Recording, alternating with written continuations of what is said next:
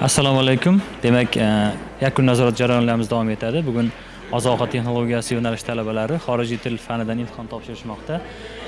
Faollar zalida imtihon jarayoni uchun barcha sharoitlar yaratilgan. Zalning orqa qismida tayyorlanish uchun hamma sharoitlar bor.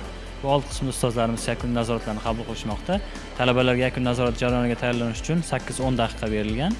Imtihonlar jarayonida 5 daqiqa ichida demak topshirib chiqib ketishlari mumkin bo'ladi. Barcha talabalarga yakuniy jarayonlarda omad tilaymiz.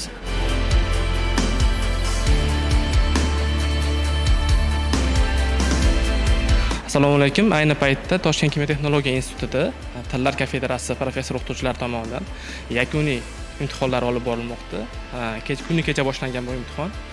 Ya'ni yakuniy oraliq nazorat savollari oldindan bizda tayyor bo'lib tuzilgan edi va shunga tayyorgarlik ko'rilgan va ayni paytda ko'rib turibsiz, talabalar ham puxta tayyorlanib ushbu jarayon olib borilmoqda va shu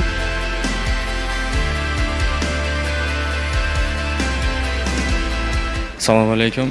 Men Ahmedov Temurbek, 24-32 talabasi. Bugungi kunda angliskiy fanidan sessiya olib borilmoqda. Hozirda sessiyalar yaxshi o'tmoqda. O'zimizda ustozlarimiz o'tgan mavzulardan tushyapti hammasi testlar. Alloh xohlariga topshirib mana chiqib ketyapmiz. Barcha talabalarga omad tilaymiz.